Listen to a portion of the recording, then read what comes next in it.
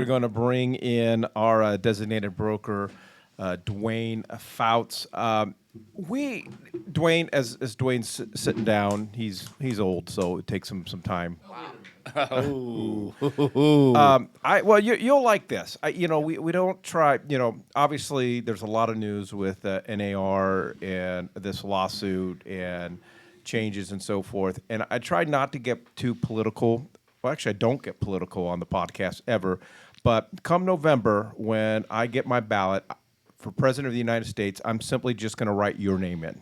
really? Yeah, you will solve this problem for us. Can I decline? I don't think your one vote's gonna. I'll take a picture of it. You can frame it. There you go. Hey, that'll be a first. All right. So on Friday, Duane, we all woke up to an email from the National Association of Realtors, and I'm not gonna lie, I was not expecting it. I just didn't know whether I had my head in the sand. It was a shock to me that it was coming on Friday.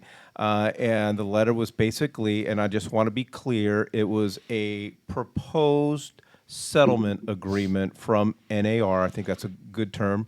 Nothing is in stone, nothing is finalized, but this is NAR's proposal to settle.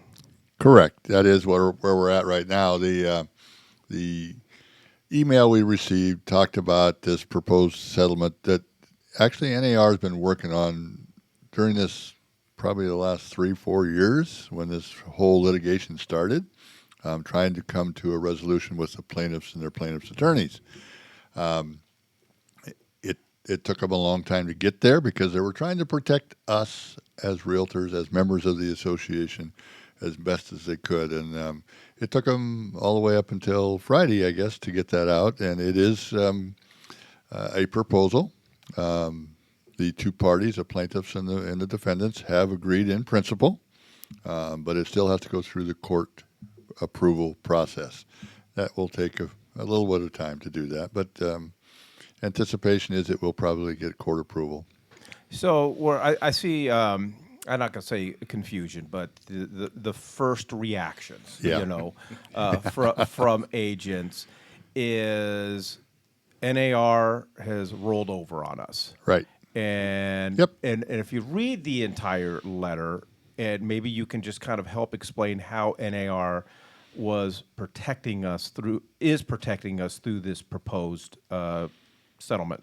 Well, yeah, I mean, the first implication is true that people think that we rolled over. But I'm going to tell you that if you've ever been involved in litigation, you typically do not want to go in front of a jury.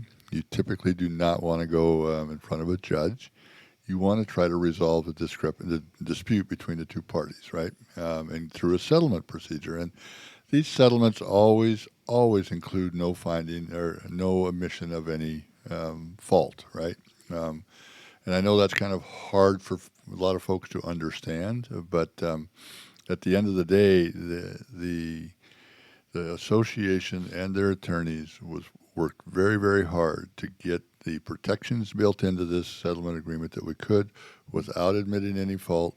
I think as an industry, we're going to have to come to grips with the idea that how we're going to get compensated will change, but I don't believe that at the end of the day we're going to end up working for free.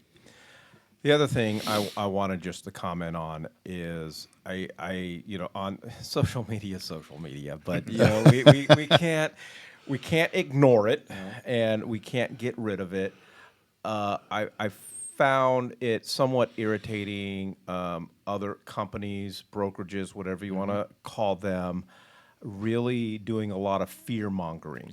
And Yes. 500,000 agents are going out of business, and come to us, and we're going to show you how to. All they're showing you how to do is do the buyer broker agreement. Right. So we could do that, but Well, we've been doing that. It's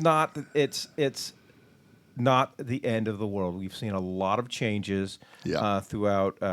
You've been in it a little bit longer than I have. We've seen a lot of changes. You either adapt or you don't. You pivot or perish, and it's just a matter of adapting to some new changes that are coming up. It's not the end of the world. It's just figuring out how to navigate it, Right. take advantage of it, and find the opportunities. You know, the thing that I find most frustrating on social media, and I try to stay off it as much as I can, but I am on there trying to see what the quote world is talking about, and at the end of the day, what I see is people trying to figure out ways around this, right, and how to manage their business without complying with the spirit and the intent of this settlement. And I think that's a very short-sighted and very problematic way to look at this. I think the proper way to do this is how do we work this within the system, work within the requirements set forth by this. And you are exactly right. There are 4 to 6 million residential transactions across the country every year. Those buyers, those sellers, they don't want to do that by themselves. They want representation. So the reality of it is they're going to seek us out, and we're going to get compensated for doing that. And the other thing that really bothers me is people tie representation to compensation, and those two are not tied together. But yeah. All right, so let's just assume the proposed settlement passes. Yep. And everybody signs off on it. Yep. Because, it took me, I felt like I was reading this letter from NAR. It wasn't until I got about 3/4 of the way through that it finally started laying out what's happening. The first 3/4, I'm like, come on, Yeah, you weren't alone. What are some of the highlights of it the changes that we need to be prepared for? So probably the first one is the requirement to remove any compensation from the MLS. So right now, the way the MLS has worked for many, many years, a couple of decades or more, as a participant in the MLS, we as a brokerage had to make a unilateral offer of compensation to the buyer's brokerage. In AR MLS and many of the MLSs here in Arizona, that minimum amount of compensation was $1. Now you won't be able to make that offers of compensation through that. We will no longer be able to rely on that MLS for our compensation. We're going to have to get to the buyer broker. That's the biggest one. There's a few others in this world of settlement, who's covered, who's not covered, and so forth. For the most part, most people that are listening to this are going to be covered. There are some exclusions to that our firm may fall under. We'll have to work through that. But yeah, so those are the two big ones. All right, so we are having some questions come Really? in. Imagine that. I think I can handle the first one, but you're the broker in the room. VA buyers. Yeah. Right now, things have got to change. Yes. Moving forward, if this went into effect today, Yeah. right now, VA buyers would be without representation. Well, there we go again. There we go again. different Representation things, and compensation are not tied together. I'm an agent. I can't get away from that. I know, but that's Okay, let That's me hard. rephrase the question. Okay. A VA buyer could not pay me correct. using There a we buyer go. broker agreement to represent them. That I is- would become a 1031 Yep. or a Well, 501c3 You become a or a 1031 tax exchange. yeah, Either that's one the wrong works. number.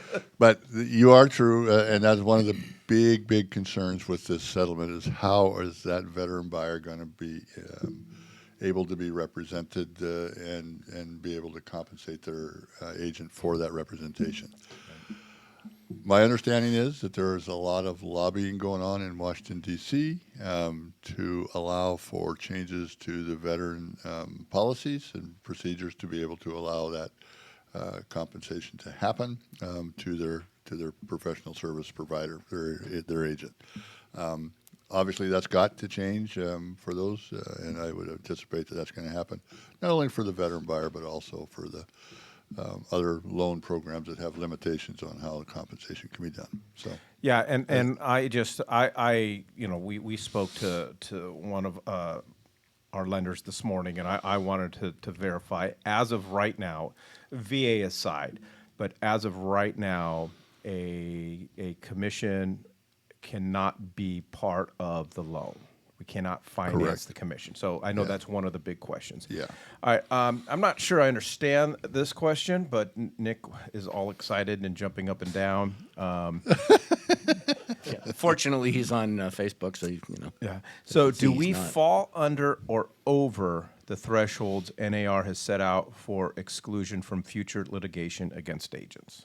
So our firm is probably going to be in excess of that, so we're not going to be covered by that. But at the end of the day, is a secondary option for us to opt into, which I'm confident that that's what our leadership will do, and we'll work through that process of opting into that settlement proposal and get our company resolved like the rest of it. There's across the country, my understanding is there were about 94 brokerage firms that did not fall under that $2 billion range, and we were one of those.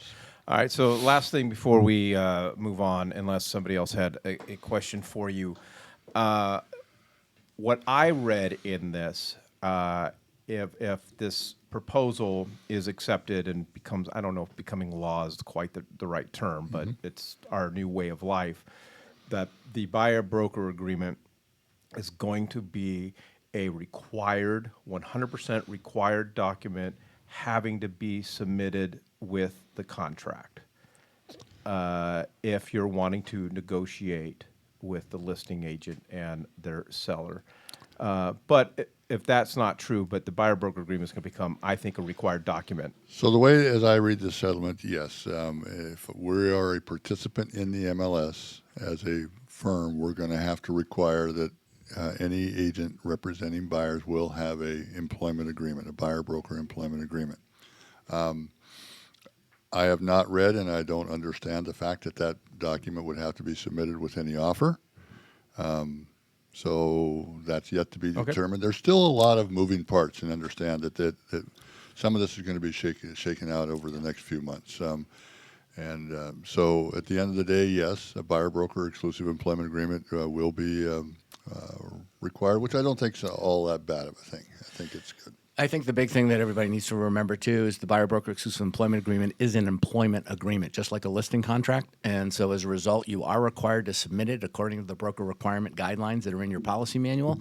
You must have it submitted to the office within 5 days. and the broker has only a short period of time thereafter to make sure that they've done their review process as well. Right. So please don't just do these things at the time you're writing the contract. Would probably be the wrong time because you will have already initiated your services for free. So there may be even some backlash from that perspective. I would highly recommend that and this is the way I understand it to be playing out if it goes that way, or basically with any employment agreement, is you must have that document be the prior written document to the beginning of your services, so that all of your services fall under that potential contract, which does include, if you should put, according to the rules, if you should put your compensation in that document, then your services would result. All right, here's a great question, and I like this question. Assuming this goes through, how do we offer compensation as a seller's agent? As this moves forward, what's going to happen is we have a form called the A-132, right? And that is a co-broke compensation agreement when it's not offered through MLS. I think brokerages are going to come out with similar forms like that that we're going to have to get signed by the brokerage for compensation, for the buyer-broker compensation, if that's going to be shared from the listing broker to the buyer's broker. So I think there'll be some of those forms put out there. I think there's going to be probably a passel of new forms between different brokers, and there's going to be some shakeout that comes from that.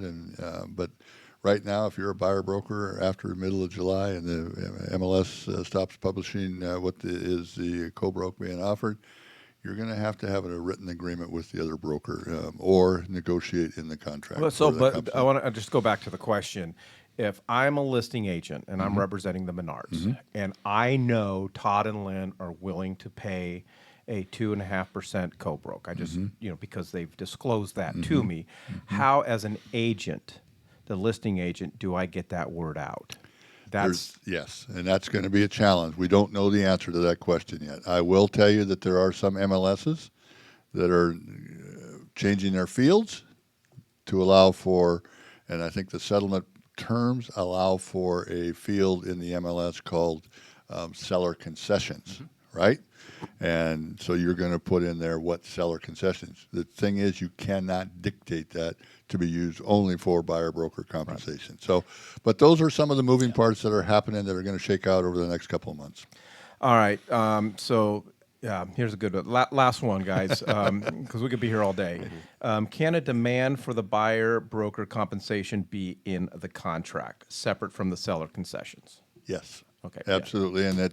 and that's anticipated, and for VA buyers in particular, that's about the only way they're going to get the seller to compensate them. So, but call the broker's office. We're happy to have discussions with you about. And I know Keith's coming in to talk about closed Facebook groups. I'm starting an agent Facebook group called Secret PBAs. No, I'm just kidding. All right, so I want to talk about this before we go. Yes. And I know Nick wanted to jump in on this. We want to make sure that this Zoom is not about the NAR lawsuit, right? So. You keep using my name also, just for the record. I'm just trying to clarify for all of our Atomic agents. name. Because you're the one with the value proposition. Yeah, so I asked Duane to come on top of talking about the NAR settlement. There's been a lot of confusion because we've had this on the books for a few weeks now. We've been marketing this for a few weeks now, and I love all of our agents to death, but all of a sudden they started paying attention when they saw NAR, and we had a lot of people sign up for this assuming this is a conversation with NAR regarding the proposed settlement. That's not what this is. So Duane, would you take just a minute or two and just kind of go over what this event is this coming Thursday? Absolutely. So I'm very excited about this, and I really want everybody that's on this call to sign up and be a part of this. This is our firm went through some testing regarding around fair housing to see how we comply. This was a voluntary process over the last basically from July through December of this year, and what it was is basically complying, how our agents are complying with the fair housing rules and regulations. It had nothing to do with compensation, it had nothing to do with commissions, nothing like that. This is all about fair housing. I will tell you we did really well. But at the other side of it, there are some things we can learn from it. And I really, really want this to be something that is well attended. Who's participating? This is being done by the NAR folks and their attorneys who did the testing. And they're going to reveal some of the strengths that we did, some of the weaknesses that we have, and some of the things we can improve on, and just give us a better understanding of how to comply with fair housing. I will tell you, compensation could be a part of that. It's going to be but it's not going to be the focus of this webinar. So, Mike, just to make a shameless plug for myself, since occasionally we all do it, the Wednesday fair housing class is a fair housing class. So I highly recommend our agents to get your fair housing CE for 3 hours handled on Wednesday, day after tomorrow, from 9 to 12. This class will also best prepare you to be part of this this program the next day. So highly recommend you do this. There's been some changes in the NAR Code of Ethics and the way in which they implement it and follow through with things. You need to know some of these things. Now, I'm not loading you to have a bunch of questions on the next day. The next day is still within the same venue. It's how do you need to, what are the cautions you now need to implement to be able to not to be found in violation of a fair housing complaint. These things have changed. This is part of that change. And you really need to be part of it. Yeah, I'd highly recommend before you sign up for this Zoom event, go to your office, check the mailbox, and see if you've got a red tag in there. Because if you got a red tag in there, it's like you're getting cut. Like you didn't pass this. All right. This was all anonymous, and I'm really excited about the things that come out of it. It's really some surprising stuff. So.